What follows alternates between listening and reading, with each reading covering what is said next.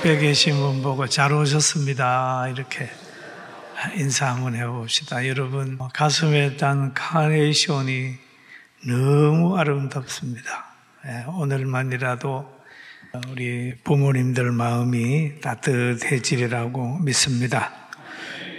우리 학생들을 볼 때마다 늘 희망이 넘치고 참 너무 귀합니다. 정말 우리가 어린이 주간, 어버이 주간 보내면서 5월의 소중함을 다시 한번 마음에 새기죠. 또 서성의 날도 있고 또 여러 가지 날이 있는데 이 5월의 정신만 잘 지키면 정말 행복하게 될 것 같으니까 오늘도 희망 가운데, 소망 가운데 행복하게 되기를 주의 이름으로 축원합니다. 우리가 성경을 보다가 이런 생각을 합니다.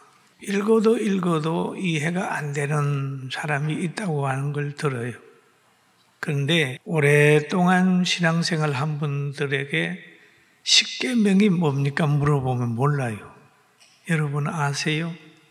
십계명 1계명에서 십계명까지 써보라 그러면 씁니까? 신학교 시험에도 나오면 못 쓴대요. 하나님께서 나 외에 다른 신을 두지 말라. 그 다음에 너희를 위하여 우상을 만들지 말라. 그 다음에 여호와의 이름을 망령되게 읽지 말라. 그 다음에 안식일을 지키라. 그러면 이걸 가지고 활동을 잘하면 망하지 않고 안전하게 산다는 게 이미 십계명 중에 3개가 딱 됐어요.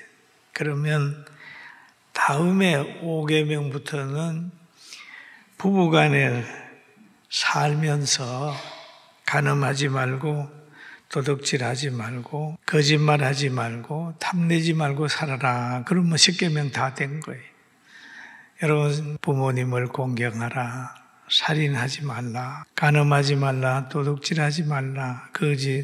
남에게 거짓 증거하지 말라. 남의 것을 탐내지 말라. 그러면 다 됐잖아. 그럼 이런 정신이 이게 성경 전체를 요약해 놓은 건데 그렇구나. 그치? 그런데 오늘 이 어버이 주간은 굉장히 중요한 게 인간관계의 첫 계명이 부모님을 공경하는 겁니다. 그래서 10계명 중에서라도 1계명에서 400계명까지는 하나님과의 관계, 5계명에서 10계명까지는 사람과의 관계인데 제일 중요한 것이 부모와의 관계라는 거죠. 그래서 내 부모를 공경하라. 여러분 부모님을 공경하는 것은 굉장한 하나님의 약속이 있습니다. 너가 잘되고 땅에서 장수한다라는 말씀을 하고 있습니다. 그런데 이 가정의 개념을 우리가 가지는데 예수님이 가지고 있는 가족 개념과 우리가 가지고 있는 가족 개념이 조금 차이가 있습니다. 이제 어느 날 예수님이 공생의 기간 동안에 많은 사람에게 복음을 전할 때에 그 예수님의 어머니하고 예수님의 육신의 동생 그 어머니가 출산한 아이들이 있어요. 예수님은 하나님의 아들이지만은 그 배가 같은 사람 있습니다. 찾아왔어요. 밖에서 어머니가 찾습니다. 그렇게. 그러니까 예수님께서 둘러 앉은 사람을 보시고 하신 말씀이 마가복음 3장에 나오는데 둘러 앉은 자들을 보시며 이르시되 내 어머니와 내 동생들을 보라. 누구든지 하나님의 뜻대로 행하는 자가 내 형제요 자매요 어머니니라. 그럼 예수님이 볼 때는 교회가 가정이에요. 또 우리가 볼 때는 가정이 그지만은 크게 보면 교회는 신령한 가정이고 여러분 집에는 육신적으로 하나님이 만든 가정입니다. 하나님이 인간의 지체에 기능과 역할을 주신 같이 사회와 가정에도 질서와 역할을 주셨어요. 여러분, 가정에도 질서가 있잖아요. 질서가 있어요. 그리고 이 사회에도 보면은 여러 가지 질서를 주셨는데, 레위기서 19장 32절에 보면 이렇게 말을 하고 있습니다.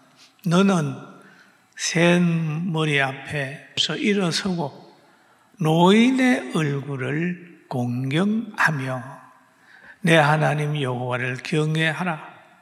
나는 여호와이니라.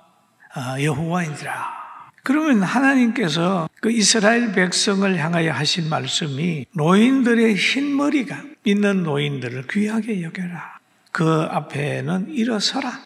여러분, 전철 타고 가다가 노인들이 오시면 앉았다가 일어서서 자리 양보하는 거예요. 가정에서도 마찬가지입니다.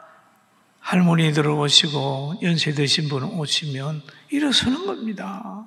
교회에서도 노인들을 귀하게 여겨야 돼요. 노인의 얼굴을 공경하며 내 하나님을 경외하라. 나는 여호와니라 얘기를 하고 있습니다. 하나님이 처음 창조하실 때 보면은 아담을 통해서 가정을 다스리게 했어요. 그리고 늘 하와를 만든 게 아니고 먼저는 하나님이 아담을 통해서 하와에게 얘기를 했는데 타락할 때는 하와를 통해서 아담에게 영향을 주는 거예요. 여러분. 그러니까 하와가 뱀의 영향을 받으니까 아담이 영향을 받아가지고 하나님과의 단절되는 겁니다. 그 복받은 가정이라고 하는 거는 질서가 있죠. 부모님 계시고 그 다음에 그 가정에 가장이 있으면 남자가 있고 여자가 있고 자녀가 있고 그렇습니다. 이게 질서예요, 질서.